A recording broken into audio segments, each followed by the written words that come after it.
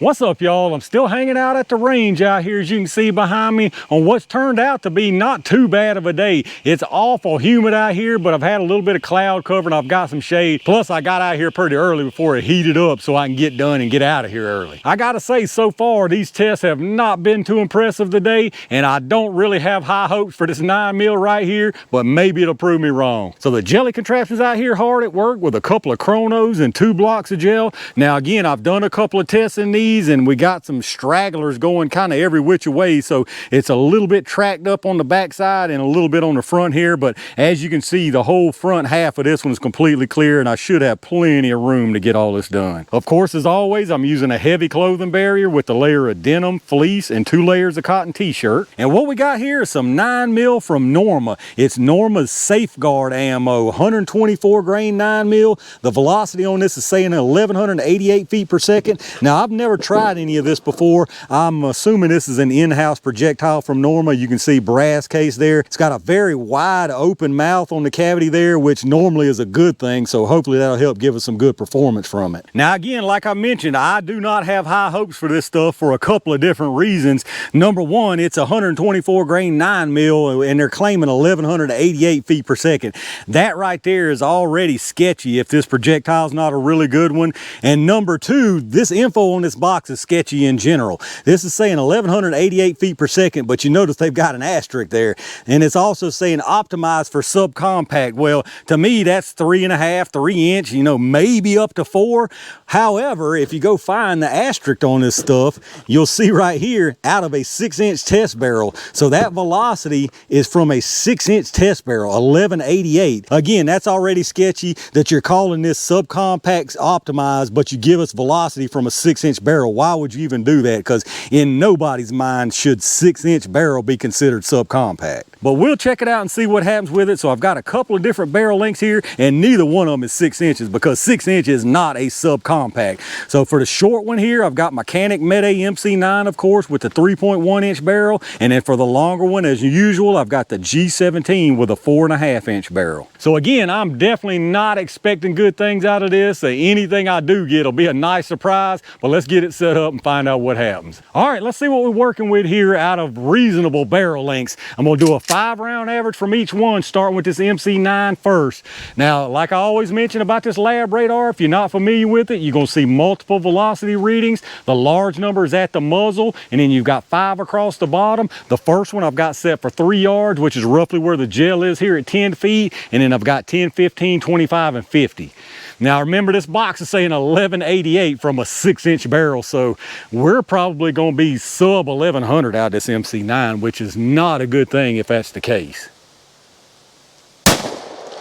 This is some loud stuff, I know that. 1053, 1015, 1020, 1034, and 1042. And I'm just telling you right now, I mean, that's way off from the box, obviously, because that's out of a 6-inch barrel. That is low for a 124 grain 9mm, unless this is a really nice projectile. Let's check out the average. All right, we had a 5-round average right there of 1033. We had an extreme spread of 39 and a standard deviation of 15.8. We had 1 round down as low as 1015 even. If we see something like that, I mean, I think the chances are slim to none of getting any good performance in the gel from that round. But maybe they've got some kind of magic going on with these projectiles. Let me reset it and see what the G17 does. All right, let's see what we get from another 1.5 inches of barrel. Remember, again, the box saying 1188 from 6 inch, so we won't see that here either. 1100, 1102, 1115, 1109,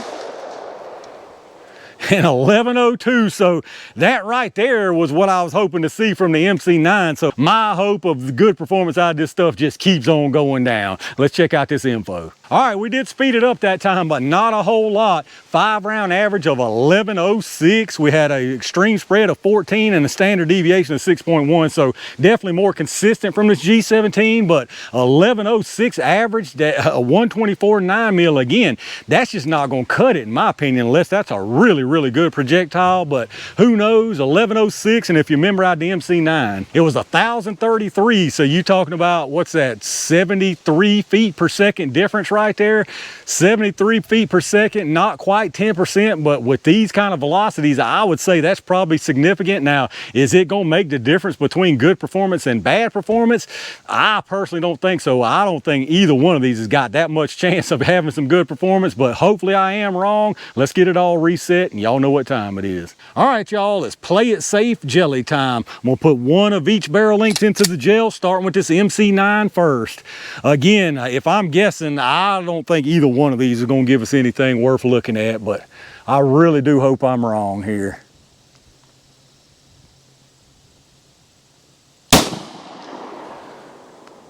All right, I believe I can see the track down there. Let me go see what I got.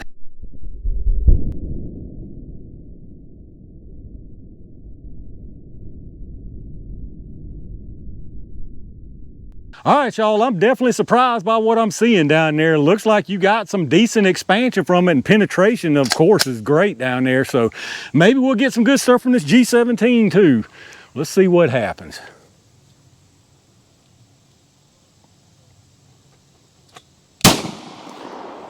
Went a little bit low, but I think I'm all right. Let me go check it out.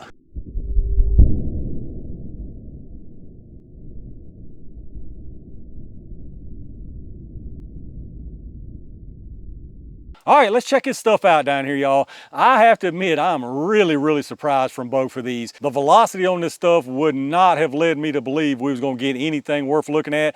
You were talking about with this MC9, that was just over 1,000 FPS right here at the block, and the G17 was just over 1,100 at the block. So up on the top here first, that was the one from the MC9. As you can see, comes in here, you can tell, starts getting expansion immediately, carries on through this first block, pretty nice disruption all the way through this first block into the second block, probably about 3 to 3.5 inches, and looks like you got some decent expansion on it. Again, this is another one of those cases where it's nothing fabulous and breathtaking as far as expansion, but you do have adequate expansion from what I can tell. And then down there on the bottom, pretty much the same story. This one was from the G17, keeps going all the way through the block again into the second block, and this one lands about an inch short of the one through the MC9, but it looks to me like you definitely got more expansion from this one. And as far as exactly how much, the MC9 here is out at 20.5 inches, so very nice penetration there.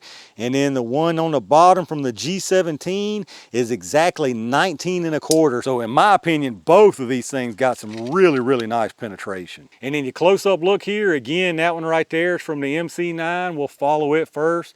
As you can see, pretty nice disruption for what it is into the second block, and then there you can see the expansion on it. And then coming back to follow the one on the bottom, that was the G17, again, all the way through the first block into this second block, and you can probably tell already before I even pull them, you definitely got a little more expansion on that G17. From the top view, it's a little bit tricky to see that G17 all the way at the bottom, but MC9 is the one you're looking at up front there. Nice disruption from it again, all the way through this first block and into the second block, and there you see both of them again. All right, let's check out these projectiles, y'all. Very similar, but here in person, you can tell there's a difference. This one right here is from the MC9, and this is from the G17. Definitely a larger expanded size on the G17. Not a whole lot, but it is obvious. Side view, you can tell very little difference there as far as how much they peeled down the base. So really surprised at both of these. Again, with that kind of velocity, I did not expect this performance. That's interesting looking, the little cavity shape there on the base. I don't know if I've seen a cavity shaped like that on the base before. So interesting stuff here, and really pleasantly surprised to see this kind of performance from a standard pressure 124. But let's get a couple measurements on them and see what we got. As far as weight, it doesn't look like they lost anything. The one from the MC9 is actually at 124.4, so nothing lost there. The G17 is 124.0, so nothing lost, and that's actually one of the things that they brag about on the box is almost 100% material retention. And then as far as the sizes on them, we'll start with this MC9 first. You got 458 and 480, so nice expansion right there. And then from the G17, you got 507 and 493. So again, really nice, even, consistent expansion from both of these. And there you have it, y'all, the Norma Safeguard 124 grain 9mm. Really surprised again right here with this performance. Based on those velocities, I didn't expect anything good. The test I did just before this is Grizzly 124 grain, and not even close. You didn't even get close to the performance of these rounds, and you had more velocity. So Norma definitely has done a good job on these projectiles, although I would still like to see a little more velocity, and I would like a little of the sketchy packaging, you know, calling a 6-inch test barrel subcompact. I'd like to see that done away with, because that doesn't do them any favors. It makes them look shady, and it doesn't really provide the consumer with proper information to base their decision on. All right, y'all, after the other two tests today giving us pretty mixed results, I have to say that this Norma right here ended things off on a high note. Really surprising again that we got this kind of performance in the gel after seeing those velocities. Not that that velocity is absolutely terrible, but for a 124 9mm, that's definitely on the low end compared to other stuff I've tested. That just goes to show you the velocity is absolutely not everything. You need a good combination of that velocity plus a nicely engineered projectile. So in my opinion, again, Norma got it right with the projectile, but I'd still like to see some more velocity. But let me know down in the comments what y'all think about it. Do any of y'all out there actually run any of this Norma Safeguard in 9mm or any other caliber? If you do, have you done any practicing with it or testing of it yourself? Let me know down in the comments what your thoughts are. If you enjoyed the video, take a second and hit that thumbs up button. Make sure you subscribe to the channel, and make sure you've got those notifications turned on so you get notified when I upload stuff. Take a second if you're doing some shopping and check out those links in the video description. Anything you pick up after hitting those links helps the channel out, so I really do appreciate that. Once again, a big thanks to all my Range Gang members and every single one of y'all for showing support to the channel. I got a few interesting things done out here for today, and I've got some really good stuff on the way, so stay on the lookout for that. And in the meantime, stay safe, stay prepared, and I'll see you soon.